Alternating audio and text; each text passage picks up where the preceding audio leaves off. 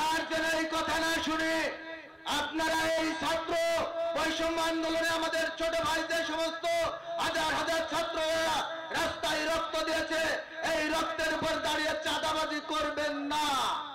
দীর্ঘ 17-18 বছর পরে বাংলাদেশ একটি স্বৈর শাসকের হাত থেকে রক্ষা পেয়েছে। এই রক্ষা এমনিতেই হয় নাই।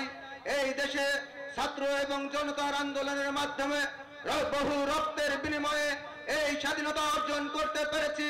আমি আপনাদের কাছে উদাত্ত আহ্বান জানাতে চাই, এই রক্তের উপরে দাঁড়িয়ে যারা অত্যাচার, অনাচার এবং চাঁদাবাজিতে লিপ্ত হয়েছেন তাদের উদ্দেশ্যে বলতে চাই, অনুরোধ করতে চাই, এই চাঁদাবাজি বন্ধ করুন।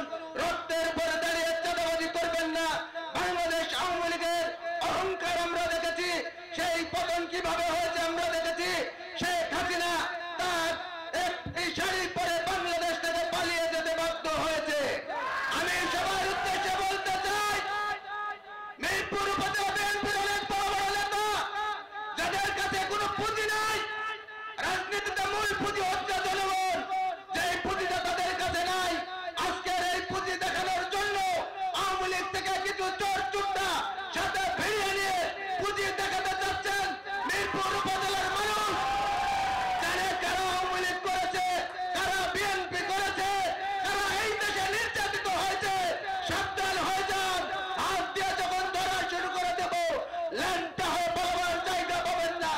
এই আশা আমি সবার কাছে উদাত্ত আহ্বান জানিয়ে আমি সবার কাছে অনুরোধ করব, শান্তি শৃঙ্খলা বজায় রাখুন। আওয়ামী লীগ এবং বিএনপি দুই মেরুর দল। বিএনপি মাটি ও মানুষের দল, মানুষের দল। বিএনপির নেতা কর্মী 17-18 বছরে এত নির্যাতিত হয়েও বাংলাদেশে বিএনপি থেকে ছিটকায় যায়নি।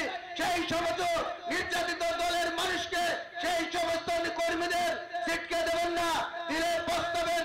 সবাইকে অনুরোধ জানিয়ে এবং সবাইকে সাবধান করছি, সাবধান হয়ে যান। আর যেন এই কথা না শুনে আপনারা এই ছাত্র বৈষম্য আন্দোলনে আমাদের ছোট ভাই যে সমস্ত হাজার হাজার ছাত্ররা রাস্তায় রক্ত দিয়েছে, এই রক্তের উপর দাঁড়িয়ে চাঁদাবাজি করবেন না। এই আশা ব্যক্ত রেখে এই অনুরোধ জানিয়ে আমি আমার বক্তব্য শেষ করছি। খুদা হাফেজ। বাংলাদেশ জিন্দাবাদ। শহীদ জিয়া অমর হোক।